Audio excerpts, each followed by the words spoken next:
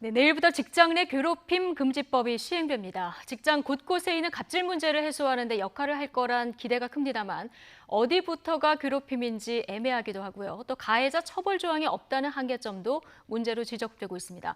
관련해서 직장 갑질 119 권호연 변호사 연결해서 구체적인 사례 중심으로 이야기를 좀 들어보도록 하겠습니다. 권 변호사님 안녕하십니까? 네, 안녕하세요. 권은 변호사입니다. 예. 자, 내일부터 시행이 됩니다. 직장 내 괴롭힘 금지법. 일단 어떤 법인지부터 좀 설명을 해주실까요? 네, 정확히는 근로기준법과 산업재해보상보험법이 개정된 것인데요. 예. 당장 내일부터 사장이든 동료든 후배든 누구든지 직장에서의 우월적인 지위를 이용해서 다른 노동자를 괴롭히는 행위가 금지됩니다. 네. 조금 더 설명을 드리면 이제 직접 피해를 받지 않았어도 누구든지 그 괴롭힘 사실을 사용자에게 신고할 수 있고 사용자는 신고를 받았든 인지를 했든 반드시 괴롭힘 행위가 있었는지 조사를 해야 합니다. 그 그렇군요. 조사 기간 예. 동안에 피해자는 근무 장소 변경, 유급휴가 등 적절한 조치를 받을 수 있고요.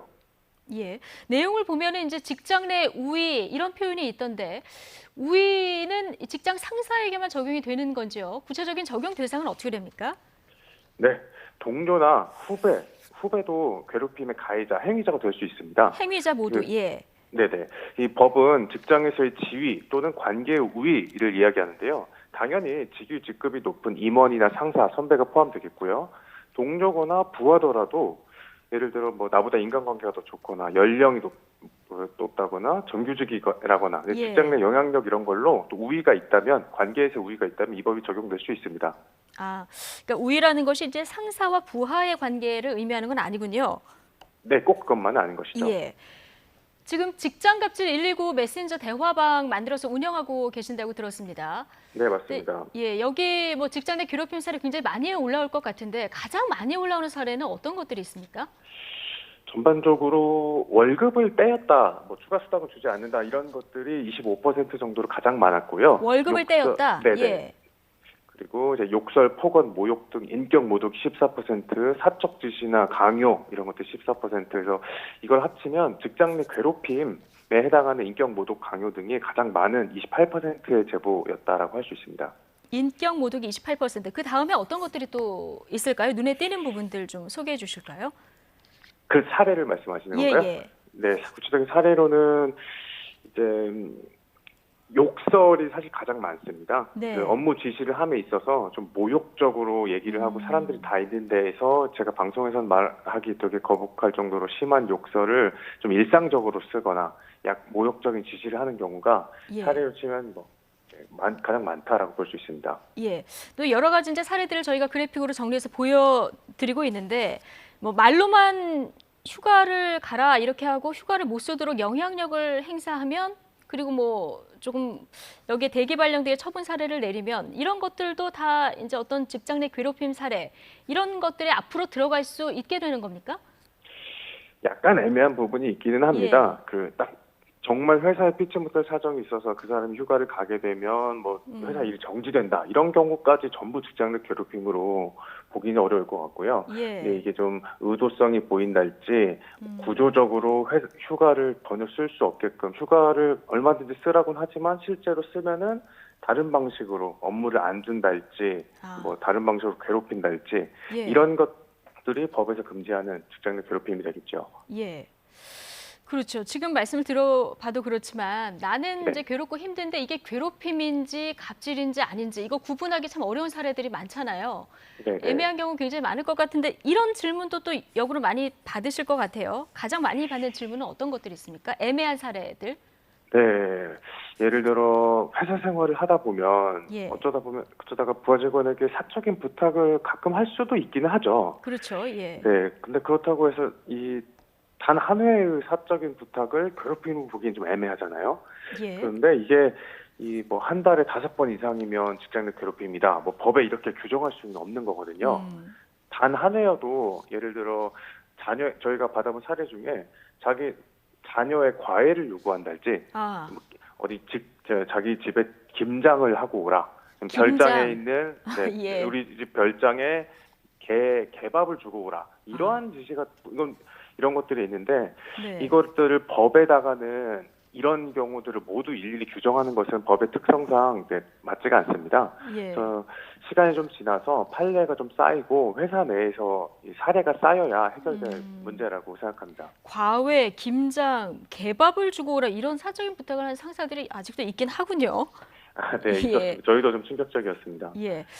그 여러 가지 애매한 사례 중에서 사실 요즘 SNS들을 많이 하다 보니까 퇴근 후에도 이제 불가피하게 업무 지시를 해야 되는 경우도 사실 있지 않습니까? 네, 근데 네. 뭐 이런 경우도 사실 이 불가피하게의 기준이 좀 모호할 수도 있을 것 같은데 그냥 네, 네. 상식선상에서 판단을 하면 되는 건가요? 네, 상식선상, 뭐 사회통념상이라고 법원에 가게 되면 그렇게 판단을 하게 될 텐데요. 이 예. 법의 시행을 계기로 회사 내에서 이제 직원들끼리 또 사용자와 같이 어느 정도 범위까지가 직장 내 괴롭힘일지를 좀 얘기를 해보는 그런 기회가 그런 좀 자리가 필요할 것으로 보입니다. 예. 일정 시간 예를 들어 아주 진짜 불가피한 상황이 아닌 이상 뭐 퇴근 시간 이후에는 SNS로는 하지 말자. 이거를 특별한 사정이 어떠한 경우인가를 좀 규정할 수가 있겠고요. 아, 뭐 시행하고 시간이 좀 지나면 어느 정도 이제 기준이 생길 텐데요. 만약 신고를 했다고 해도 녹취나 증언 같은 구체적인 물증이 없으면 오히려 이제 문제 삼은 쪽만 회사에서 난처한 입장이 되는 경우도 종종 있기는 한데 이런 경우는 어떻게 대처하는 게 좋을까요? 네, 정확한 지적입니다. 이미 말씀해 주셨지만 다시 한번 강조를 하면 객관적인 물증이 제일 중요합니다. 제일 중요하고, 예. 네, 기억이나 진술이 왜곡되기 마련이어서요. 그 괴롭힘 행위가 반복된다 싶으시면 녹음을 반드시 권하고요. 네. CCTV 보존 기간이 생각보다 1, 2주로 짧아서 네. 빠른 자료 확보가 중요합니다. 아, 그럼에도 여전히 이러한 물증을 확보하기 어렵다면 그날 일지를 구체적으로 기록을 해주시는 게 좋습니다. 예. 그러니까 자, 일단은 네네. 예를 들어보면 수상으로 과장이 오늘도 나에게 모욕적인 말을 했다. 이렇게 적으면 안 됩니다. 아, 구체적으로 과장이 오늘 평소보다 이른 11시 50분에 점심을 먹으러 가자고 했다. 예. A씨는 밥값 못하니까 오늘 점심 같이 안 먹지? 살도 빼야지 라며 모욕을 줬다. 아, 예. 네. B 사원은 미안한 표정으로 뭐 사다 드릴까요? 소곤댔지만 나는 아무 대답도 하지 않았다. 이런 식으로 구체적으로 적어야 신빙성 있는 자료로 평가가 되고 주변 사람들이 기억을 되살려서 증언을 해주기도 쉽습니다. 아, 그렇군요. 그러니까 일단은 녹음을 할 수 있으면 하고 그게 안 되면 추상적으로 기술을 하는 것보다는 구체적인 일이나 구체적인 발언들을 좀 기술을 해놓으면 나중에 도움이 된다 이런 말씀이신 거죠? 네, 정확합니다. 예. 직장 내 괴롭힘 금지법. 근데 실제 내가 괴롭힘을 당했다. 그럼 신고는 어디다 하면 되는 겁니까? 네, 현행법은 사용자, 즉 회사 대표나 사장, 인사 담당자 등에게 신고를 하도록 되어 있습니다. 회사에 네, 사용자, 대표나 사장, 예. 네, 사장, 대표, 인사 담당 임원, 담당자 이런 사람에게 신고를 예. 합니다. 자, 그런데 회사의 대표나 사장이나 뭐 인사 담당자에게 신고를 한다. 그런데 만약 사장이나 대표 혹은 인사 담당자가 가해자일 경우도 있을 수 있을 것 같습니다. 뭐 대표적인 것이 그 양진호 사건 같은 걸 생각해 볼 수 있을 것 같은데요. 네, 되게 아픈 부분을 찔러주셨는데 현행법의 맹점입니다. 저희 네. 직장업체 119는 이 부분을 좀 개정을 하려고 노력을 하고 있고요. 예. 특히 작은 회사일수록 괴롭힘의 가해자는 이제 사장이나 대표일 경우가 많고 또 노조가 없거나 규모가 작은 사업장에서 괴롭힘이 많거든요. 참 아쉬운 부분입니다. 예. 또 하나가 괴롭힘 당사자인 가해자에 대한 직접 처벌 조항이 없더라고요. 이 부분이 좀 아쉬운데 그럼 가해자 처벌은 아예 못하는 겁니까? 네, 우리 국가가 가해자를 직접 형사처벌하는 규정은 이제 두지 않고 있는데요. 예. 뭐 프랑스, 호주, 영국은 형사처벌 규정도 있는데 우리 법에는 그 사용자가 제대로 된 조치를 아니 사용자가 피해자나 피해를 신고한 근로자한테 불이익 조치를 한 경우에만 형사처벌을 합니다.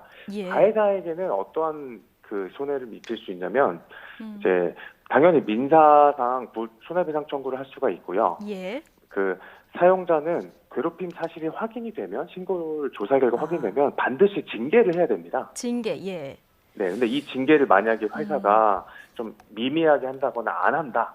그러면은 이제 피해자는 회사를 상대로도 민사상 손해배상 청구를 할 수 있겠죠. 예. 자, 마지막 질문 드릴 텐데요. 대기업의 경우는 지금 대비책들을 마련하고 있는데 지금 소규모 기업들 보면 특히 5인 이하 소규모 업장에 이 법이 적용되지 않는다고 들었습니다. 그러면 비정규직이라던가 하청업체 근로자 같은 경우에는 이 법의 보호를 받을 수 있는 방법이 없는 건가요? 일단 작은 기업에서 그래서 4인 이하 사업장에서는 예. 이 직장 내 괴롭힘 금지법 적용되지 않지만 이게 법을 개정하는 게 아니라 시행령을 개정을 하면 적용이 되는 부분이라서 정부의 예. 의지만 있으면 이제 음. 소규모 사업장에 적용이 될 것으로 보이고요. 그 다음 예. 질문으로 하신 게 비정규직이나 하청업체 근로자. 비정규직은 당연히 근로계약을 회사가 체결했으니까 보호가 되고요. 파견, 예. 하청, 용역, 특수고용 노동자는 음. 좀 해석의 여지가 있습니다. 고용노동부는 이 사람들도 적용하는 것이 바람직하다라고 하고 있지만 예. 법원은 이제 캐리나 학습지 교사 등 특수고용 노동자는 근로기준법상 노동자라고 보지 않아서 약간 애매한데 네, 적극적으로 회사가 이 입법 취지가 노동자를 보호하자는 취지인 만큼 취업 규칙을 바꿔서 직장 내 괴롭힘에 대해서는 이 직군들도 적용이 된다라고 예. 하는 것이 바람직하다고 봅니다. 알겠습니다. 무엇보다 인식 변화가 중요할 텐데 이 직장 갑질 감수성이 좀 올라가는 인식 전환의 계기가 됐으면 하는 이런 바람을 가져봅니다. 자, 여기까지 듣겠습니다. 지금까지 직장 갑질 119 권오연 변호사와 이야기 나눠봤습니다. 고맙습니다. 감사합니다.